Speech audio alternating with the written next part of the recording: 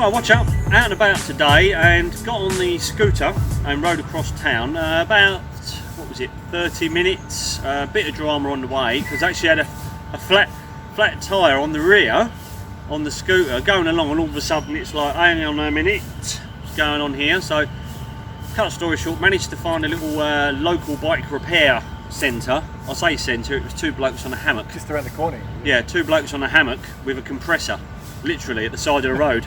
And yeah, new inner tube, and off I went again. So that was alright. Love Thailand. So yeah, we're over Waz's part of town now. What's the name of this park we're in? It's rather nice. Well, now it's dropped off the thing. Oh, there we go. There we are. Tanawir Wanarom Park. Yeah. I probably completely screwed that up. Probably, but there we are. I'll put it in the description below. But yeah, we're out in Warren today, and we just thought we'd just meet up just to do something, and you know, just be out and about really. Cloud cover. And we've got cloud cover, but it was nice. It's still a nice day, still, you know, pleasantly warm. Yeah, so we just thought we'd come along and meet up for a while. We got a wedding going on over there. Oh yeah, so one of my subscribers, he's just run off for a Pepsi, or gave me a Pepsi, yep. And what else he's going to get? I don't know. Oh, that's right, some cigarettes. Yeah, so he's been following my channel for a couple of years, and he's in the country. So I thought, well, I was meeting up with him today. He's only got a couple of days in Bangkok. A few days left. So I sort of said, hey, you know, come and meet us, and he's made his way around here.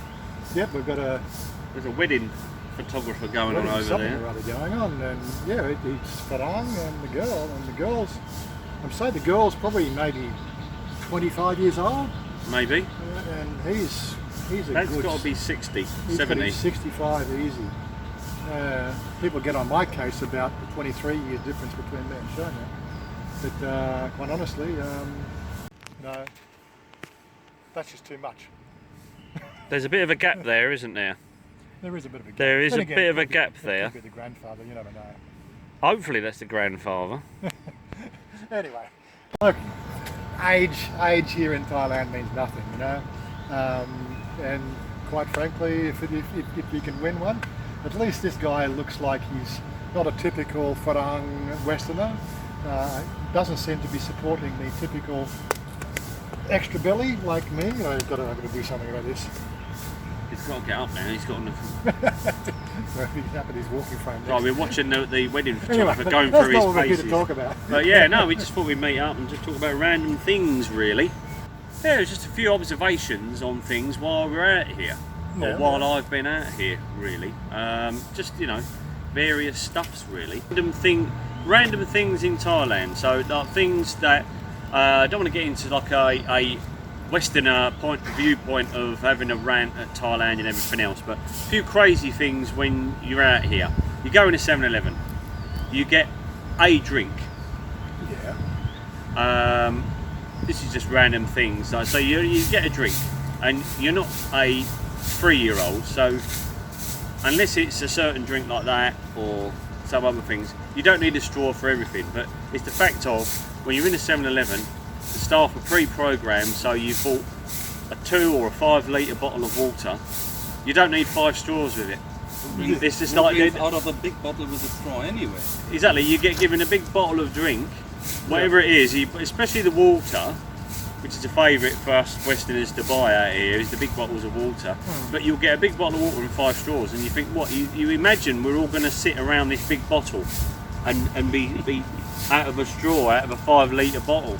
Or there's been instances where you see on Facebook and that where people have posted photos, they bought a bottle of like toilet cleaner or kitchen cleaner, and they get given a straw. And it's like, did I just see that? I have seen it. And like, these like, you can eat like, we've actually been talking about this off camera, and we might as well bring that up as well. Now, a lot of the Westerners come here to Thailand, right, and they have this bucket of shit that they didn't like. Yeah. When they were in that country. I don't like whatever in my country. Yeah. I'm going to Thailand. It will be so much better. Right, and then they get here, and then they have this 90-day check-in, and they have a few other things that are, but they're putting them into the same bucket. And then unfortunately, there's a whole bunch of stuff that's already in the bucket which no longer applies. But it's the same bucket of disappointment, right, of their life and their life choices.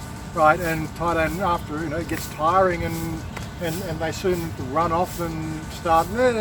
Don't go to Thailand; it's a piece of shit, They forget to take the shit that was already in the bucket out of the bucket, and that's what we're getting at. It's just you can look at these things here. You can either think it's completely benign or completely off the planet that this sort of behaviour goes on, or you can just look at it. It's just some of the charming, endearing things that you get to love about Thailand. In my case, like, this would never happen in Australia, right? I'm on my bike getting here today, right? And got my camera out, got my head cam on, got everything plugged on, and bang, bang, bang, bang, bang, putting the gloves on, back the bike out, and I've got my bag sitting on my back seat. I forgot to put it on my shoulder. So I'm running off, down the road and hang a left down the main street. Bag flies off in some direction. I didn't even know. I'm halfway here to do a U-turn to come back. Where the frick's my bag gone to? Race back. I thought it's probably when I did the left-hand turn on the side. So I just jumped back there and saw the guys on the motorcycle taxi stand, and hi, sorry car, blah blah blah. And have you seen my bag? And he goes, yeah. Right, and then he looks around for somebody, and he says, come with me. So we rode up there, and then couldn't find the person that picked it up, and then we rode back here, and then 3 stops later, and there's the guy and here's my bag, all in one piece with my camera gear still in it. It had never happened over seriously. It would my never country, happen. that you might get the bag back, but there'd be nothing in it. Yeah. So I said to the guy, here's $500. He wouldn't take my money. I said, I insist. Right? Yeah. You have no idea. There's $20,000 worth, 20,000 baht worth of equipment in that bag, and it's well worth the $500 for you. Yeah. For your thinking about picking it up and looking it up. So this is one thing about, good point about Thailand, is the general honesty of people. So, as you said, he lost his bag, realised what happened, went back. In my country, you'd be thinking, that's gone. Yeah. That you'll never see that again. You've got to write that off. Yeah. But this is the thing: you can sit at a coffee shop, walk down the road, like sit in a coffee shop with laptop out, phone out, and everything else. Oh, I just need something from the counter. You could leave your things there, and they'll still be there. Yeah. Other countries, you can't do that. Yeah. I mean, even that short week I went to Phnom Penh. I'm getting warnings from everybody, especially in the hotel. Oh, don't do this, don't do that, don't do this, don't do that. And if that instance with your bag, well, you've never see that again. Yeah. And other instances. So lately, all these people that are getting fed up with Thailand, and especially with the immigration shake-up, I say shake-up, so I use that word loosely. We'll touch on this anyway, but what's going on with immigration laws and rules and enforcement at the moment, and obviously the strong Thai baht, there's a lot of people spouting out, oh, that's it, I'm going. I'm going to pack up my stuff and I'm now moving to Cambodia, Vietnam, whatever. Yeah. But then you got to realise what that I saw in Cambodia's, I think, about 20 years behind Thailand. They've got to change quite a lot if they want more people there, still because the same bucket. Because still be the same bucket. They'll be putting more of the bad things in there, and quite frankly, then they're taking a dive off the night. What I mean is the crime rate and things like that. It's got to come out of the people that as soon as you see a foreigner, do not try and steal everything immediately. Yeah. It's pre-programmed into most of them that they want to steal everything from you. Yeah. So, you cannot walk down the road looking at your phone. You cannot do this, you cannot do that. And that's what I found, even in that short time I was there. And yeah, not good, not good. Yeah. Anyway, so enough of that little bit of a side journey from, I don't know, is that part of what we're going to talk about? Sort of. Yeah. Other things you find out here, it's just people, you're talking about people with their bucket of problems, but a lot of the time you do have to, even if you're out here for more than your 2 or 3 week time, like me, I'm out here for a bit longer, it's a case of, you can get by being your 2 or 3 week millionaire quite easy, and most things you sort of make slight adjustments for and you just carry on because you know you're going back home again fairly soon. Yeah. If you're out here for a bit longer, then you have to adjust more, like we're saying. So if you've got, you know, whatever you're used to, you've got to adjust for. And it's little things you've got to adjust for. It's like,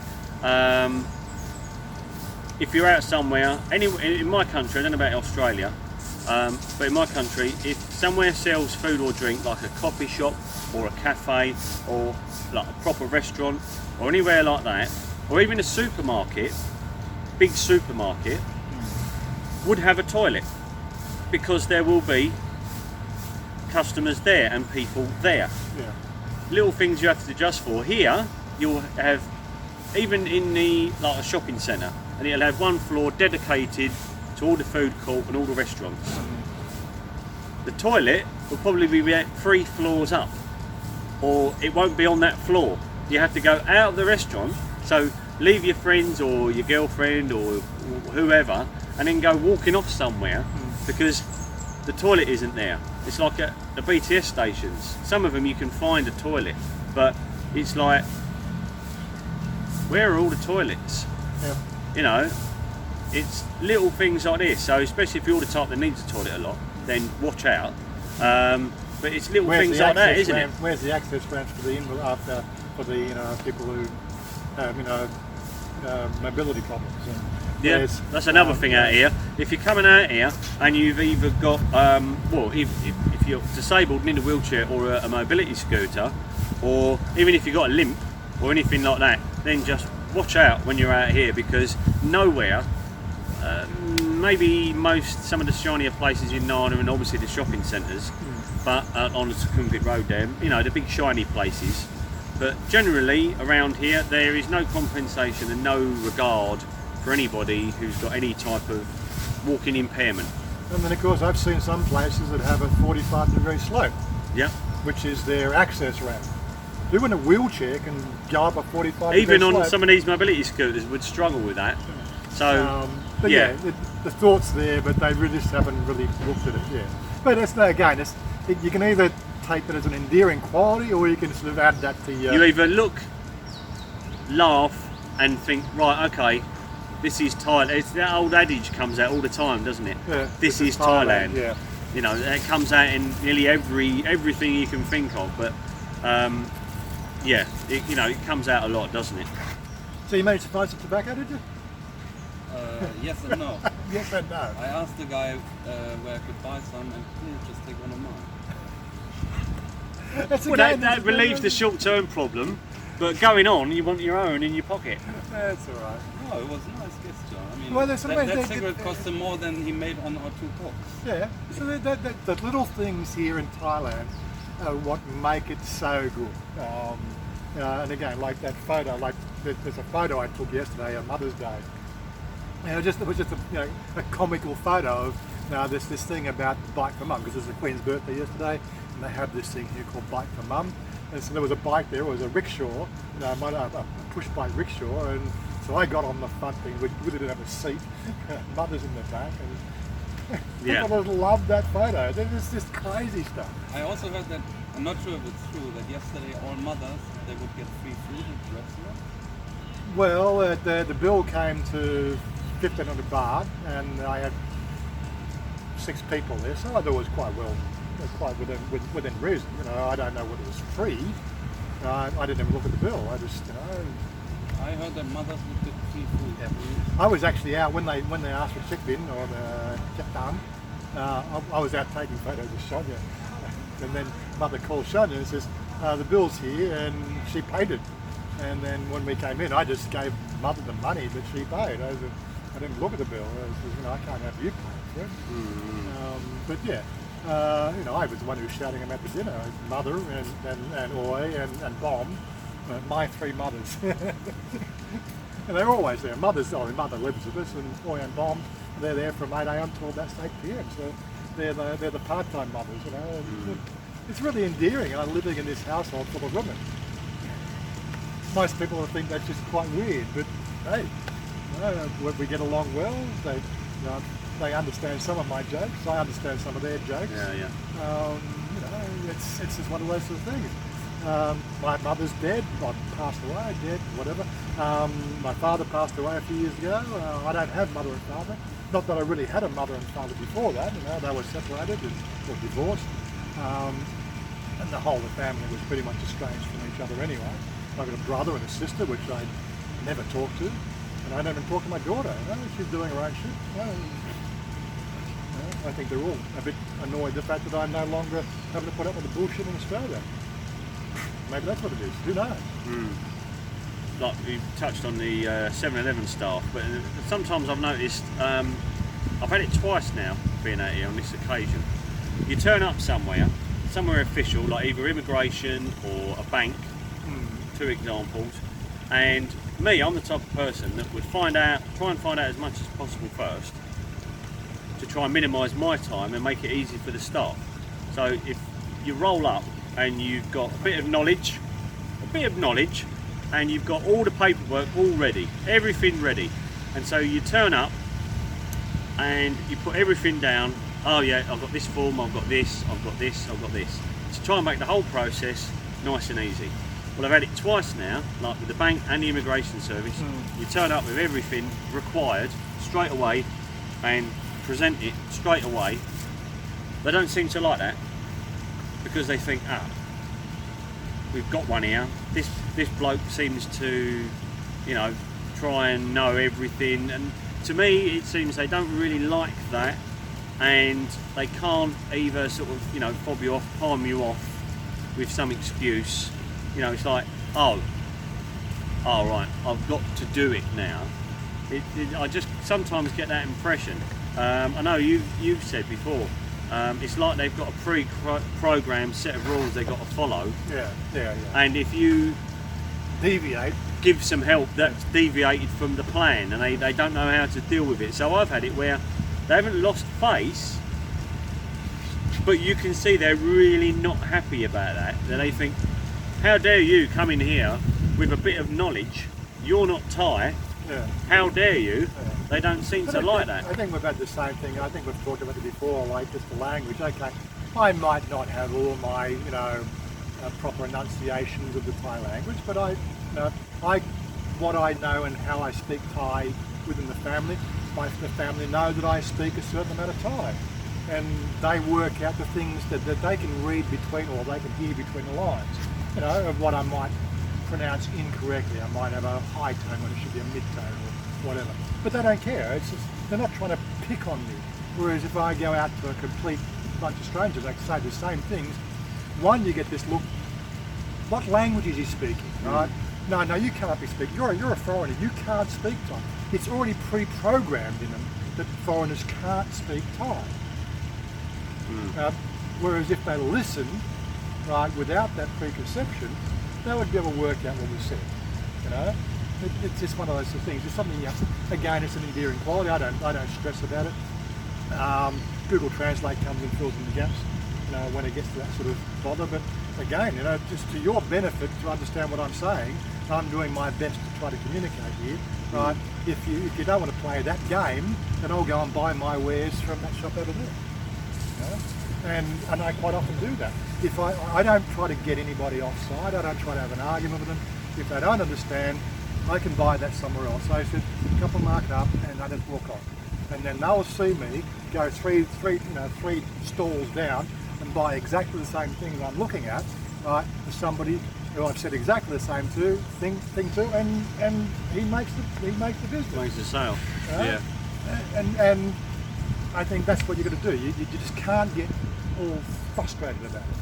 Some ties just will be like, right? And you just got to have to deal with it. Same as you just have to deal with it. You just don't let it fluster you. That's the way that life is over here. I don't get worried about it. You didn't have any trouble sort of telling me how to fix your tyre today, did you? You had a flat tyre, or you just, you pointed a tyre there. That bit was dead obvious. Yeah. Roll in, the tyre's flat. So yeah, that went all right. 20 minutes later, you're on the road again. That's one of the things with scooters. If mine were rocked up on my bike, they'd probably have a bit of a hernia because of the fact that it doesn't have a tube to start with. Yeah. So yeah, you got to deal with that sort of stuff. But yeah, and then another thing at the moment is not the shake-up, not the new rules that people are saying, but it's the enforcement of existing immigration rules and the way they're being interpreted of late. So the big one at the moment is the TM30. Which is riling up. It's causing, how shall I say, havoc, grief, angst to people on various levels. But when you do a bit of looking at it, it's not a new rule at all. This goes back to what I was saying. It's how the rules are down, the rules are there. But then you hear reports of different provinces and different immigration offices enforcing it in a different way. One will say, oh no, you don't need to do this, you need to do that. So, oh right, okay. But then you go to somewhere else and they say, oh no, and it'll be the complete opposite. That's the thing out here. A lot of things, not only on this, but a lot of other things are not uniform. Well, that's the thing. They're not all singing from the same hymn sheet. It's like, oh no, I think that means that, so I'm going to do that. And the whole Thai thing of not losing face and everything else, it's like, no, I won't back down now. I've started off on this path. I've just told you that you need this form and need to do it this way. Like that, maybe it is part of the losing face thing because of the hierarchy in these systems. We've talked about this before. The little badges they wear. This one here could be. I bought the coffee this morning, and this one here. I opened the door for the boss. 3 days in a row. Yeah. Like I remember there was a sketch somewhere, and there's these things that go off. Yeah, they got so many. You see, if you go to the immigration place, especially Chiang Watana, the big immigration office in Bangkok, you see the immigration staff walking around and they've all got their nice uniforms, all pressed and everything, and they've got more ribbons and badges than a 5-star general in another country. Yeah. And like we're saying, one might be, oh, I bought the donuts that day, one's I bought the coffee, and one, I didn't lose my pen. 3 days in a row. Yeah, things like that. So you see this, and you see these officers, with their string of medals, but when you're trying to deal with them, it's like, I think I'm right, but I'm going to continue with this, because if I back down now, I'm going to lose face. And I think that this may be where it is the fact that with this hierarchical system that you find within government, it is really sort of that top level down. The top person says something to the guy down below, but he only talks to because if he can't talk to the guys below that second level, because then that second level, he can only talk to his subordinates, right? And then those subordinates can only talk to the subordinates under them, and that level can then only talk to the subordinate level up. So this is what we have as a Chinese whispers, right? So what's said from the top level doesn't reach the bottom level, or only reaches the bottom level in a sort of a half-hearted. It's not like where is the document? Where like I said, there's this section 38 of the document, right, which is what everything's sort of based on these rules and how it was enforced in 1978. Yeah. Okay, it does need to be looked at and maybe sort of modified. That's something that'll take time. Right? It took us 5 years to get a democratically elected government. Right? So it could take another 5 years before they'll make changes to that section 38 to be more lenient. But I think it is. I come to think of it, I think it is this top level down, not wanting to lose face, or not wanting to make somebody lose face, right? And it is a Chinese whispers, and what gets to the provinces is completely different to what's practiced in Bangkok. Yeah, and then what doesn't help, but then you hear instances like a lot of the backpackers and people doing back-to-back border runs would use VNTN. But now that one, they've not closed the door to it, but what they've done is just, you now have to make an online appointment in a week or 2 or 3 advance. You can't just get on with the little tour companies, the little visa shops on their little runs with their minibuses and just dive across the border whenever you feel like it. a lot of this you agree with because you people are abusing it, Yeah. and it ruins it for the honest people and everybody else that's trying to do the right thing and just do everything. Well, some of the articles I've been reading, which is more the Thai written articles, the stuff that probably most Westerns won't read. And when you start to translate these, you can read between the lines. Google Translate helps, but it's not perfect. But really, what they, this whole enforcement is not at the Westerns. It's the biggest problem they're facing at the moment is from India, Myanmar, and the neighbouring countries. Thailand is a more prosperous country, right? And fake sham marriages. One article I was reading is about the fact that you would have no idea how many Indians are coming to Phuket, right, on bullshit marriage, right? They come in, they've done a scam marriage, they land in Phuket, right? They get their stamp in their book, right, and then they disappear.